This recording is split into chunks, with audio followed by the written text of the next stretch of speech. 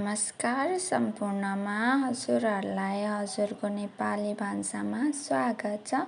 आज म हजुरहरू सामु अमलाको खट्टी मिठी अचारको रेसिपी लिएर उपस्थित भइसकेकी छु। सर्वप्रथम त अमलाको अचार बनाउन अमलालाई धोई पखाली राख्नु पर्दछ। त्यसपछि कुकरमा हालेर थोरै पानी पनि हालेर 2 सिटी लगाइदिनु पर्दछ। हजुरहरूले सिटी नलगाइकन उमाल्न पनि सक्नुहुन्छ।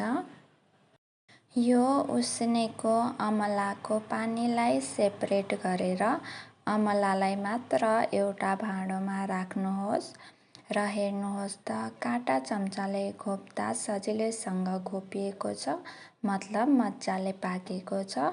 अब एउटा प्यानमा थोरै तोरीको तेल हाल्नुहोस् र अब मेथीलाई पनि उक्त तातो तेलमा हाल्नुहोस्।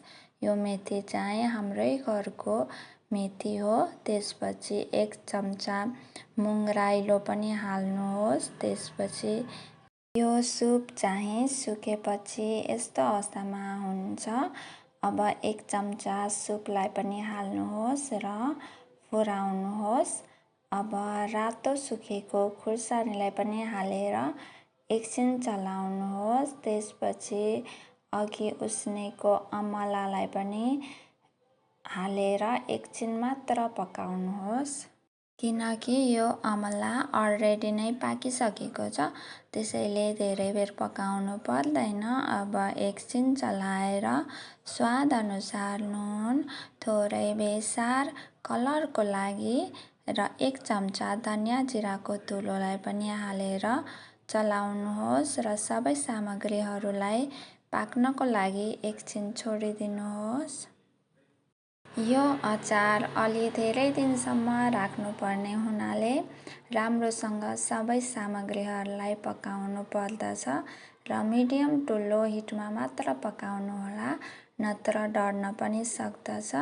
अब यहाँ मैले 3 चम्चा चिनीलाई पनि राखेर राम्रोसँग चलाउनुहोस् र चिनी पग्लिएपछि पनि छोपेर 1-2 मिनेट जति पकाउनुहोस्, ताकि चिनी अमलाको भित्रसम्म पसोस् भनेर र खाँदाखेरि गुलियो, पिरो, अमिलो सबैको स्वाद एकैचोटि आओस् भनेर हो। अब अमलाको सबै पानीलाई सुकाउनु पर्दछ र हाम्रो अमलाको खट्टी मिठी अचार बनेर पनि तयार भयो। अब एकछिन सेलाउन छोडिदिनुहोस् र एउटा सफा सुक्खा सिसाको भाँडामा स्टोर गरेर राख्नुहोस् र धेरै समयसम्मको लागि अमलाको अचारको फाइदा उठाउनुहोस्। हवस्।